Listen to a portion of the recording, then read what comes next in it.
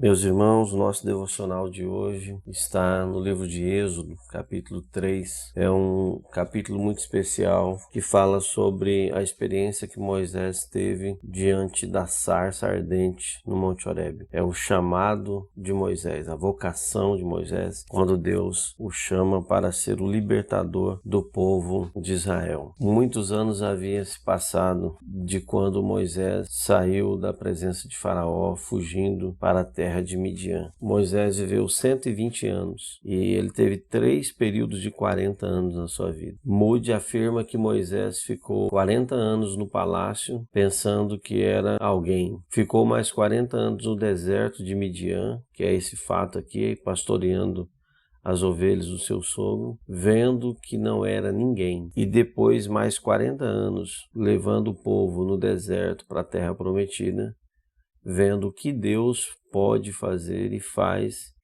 através de alguém que não é ninguém, mas que se entrega completamente à vontade de Deus. Moisés cuidava do rebanho do seu sogro, nem dele era o rebanho. Estava há 40 anos já no deserto, vivendo uma vida humilde e não tinha mais aquela postura de príncipe, e a resposta que ele dá para Deus aqui mostra que ele tinha consciência de que não tinha condição nenhuma de fazer a obra que Deus lhe comissionava para fazer. Mas aquele dia era um dia especial. A Bíblia diz no versículo 2 que apareceu-lhe o anjo do Senhor em uma chama de fogo no meio de uma sarça. Então o anjo do Senhor aparece para Moisés. E ele olha a princípio e vê o que apenas? Ele vê a sarça que ardia no fogo e não se consumia. E ele toma uma decisão dizendo: agora me virarei para lá e verei o que significa esta grande visão, ou verei esta grande visão, porque a sarça não se queima. Moisés teve uma sensibilidade, um discernimento ali da parte de Deus para entender que aquela sarça não se queimando não era algo comum, mas era algo especial da parte de Deus. Então, naquele dia que parecia ser um dia normal, um dia como qualquer outro, Deus se revela a Moisés e ele vê e percebe que não era algo comum uma sarça queimar e não se consumir. Quantas vezes certamente Moisés viu sarça queimando ali naquele deserto durante esses 40 anos, mas agora tinha algo diferente. É muito importante quando nós temos a sensibilidade para perceber que há algo diferente em algumas coisas e que é um sinal de Deus para nós, e Deus trabalha assim na nossa vida. E quando Moisés vê e se aproxima, aí Deus fala com ele. Quantas pessoas veem o sinal de Deus, veem o sobrenatural de Deus, mas eles não prestam atenção, eles seguem o seu caminho e deixam o Senhor de lado. Mas aqueles que se param para ver, como Moisés, aqueles que se aproximam para procurar entender e perceber o que é aquilo, aí vão ouvir mais, porque Deus dá um sinal e aí quem aproxima, aí Deus fala, aí Deus dá direção, aí Deus faz milagres, como fez ali com Moisés. Então, quando Moisés aproxima-se, o Senhor Deus lhe chama pelo nome. Como é maravilhoso Deus nos chamar pelo nome. Deus lhe chama pelo nome. Deus lhe fala: não te aproximes mais, tira as sandálias dos teus pés, porque o lugar que tu estás é terra santa. Que maravilha! Deus pode fazer isso com você nesse dia. Deus pode te dar um sinal da parte dele. Deus pode mudar a sua história, porque a partir desse dia aqui, nunca mais a vida de Moisés foi a mesma. A partir desse encontro, Moisés teve a sua vida completamente mudada. Pela declaração do versículo 6, nós vemos que ali não era um anjo criado apenas, mas ali era o Senhor. Ele diz aqui no versículo 6, eu sou o Deus de teu pai, o Deus de Abraão, o Deus de Isaac e o Deus de Jacó. O próprio Senhor Jesus refere-se a essa experiência de Moisés em Lucas capítulo 20. Você vai perceber que aqui era o Senhor falando com ele, o Senhor Deus, Jeová, o Javé do povo hebreu, o Senhor Deus Todo-Poderoso. E o Senhor diz a ele aqui, eu desci, eu vi, tenho visto atentamente a aflição do meu povo, tenho ouvido o seu clamor e eu desci para livrá-lo. Nosso Deus é esse Deus que vê a nossa aflição, que ouve o nosso clamor e que desce para nos livrar. É muito bom, é consolador saber que o nosso Deus é um Deus que vê, que ouve e que age em nosso favor, como a Bíblia diz que Ele é um Deus que trabalha em favor daqueles que nele esperam. Então o Senhor ouviu e Ele desceu para livrar o seu povo. Agora tem um porém, o Senhor Deus desceu, mas como Ele livraria esse povo? Através de um servo seu, no caso aqui Moisés. Deus tem grandes obras para realizar, mas Ele sempre vai contar com o ser humano. Ele sempre vai contar comigo e com você para fazer as grandes obras de Deus na terra. E Deus pode estar te chamando, te comissionando hoje para realizar uma grande obra, porque Ele precisa do seu povo para realizar a obra na terra. E nós somos bem-aventurados quando Deus nos chama para fazermos a sua obra.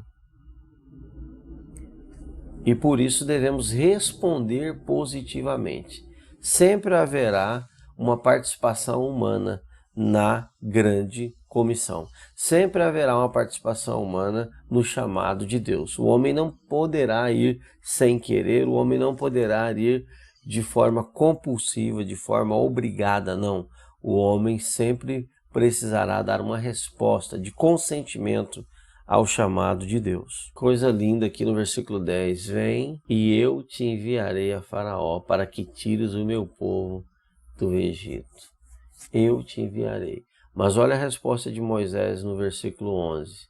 Quem sou eu? Quem sou eu? Agora é os 40 anos que ele achava que não era ninguém mais, né? Quem sou eu? Mas a resposta vem, certamente eu serei contigo. Eu serei contigo e te darei um sinal. Sempre, irmãos, Deus nos dará um sinal. Sempre Deus nos dá um sinal para a gente ter a convicção de que Ele está conosco, está ao nosso lado. Nós não somos ninguém, nossas mãos são pequenas, nós somos pequenos, mas a mão de Deus é grande, o nosso Deus é o Altíssimo, o Deus Todo-Poderoso, e Ele sempre nos dá sinais para que você olhe em volta e veja que Ele está contigo, dizendo, não te deixarei e nem te abandonarei. Respondendo a pergunta de Moisés, quando ele pergunta, eles vão dizer, quem é esse Deus, né? Qual é o seu nome? O Senhor responde a ele, eu sou o que sou. E disse mais aqui, assim dirás aos filhos de Israel, eu sou, me enviou a vós. Quando Deus se revela ao homem, Ele sempre mostra quem Ele é. É claro que o que de Deus nós conhecemos, é o que a palavra de Deus nos diz, é só aquilo que Ele se deixa conhecer, aquilo que Ele se revela a nós. Mas para Abraão, lá em Gênesis 14, no encontro com Melquisedeque, ali diz que ele invocou o Deus Altíssimo. Então ali é uma forma como Deus se revelou a ele. Gênesis 17, Abraão encontrou o Deus Todo-Poderoso, na forma como Deus se revelou a ele. Abraão depois ali em Gênesis 21, o Deus Eterno.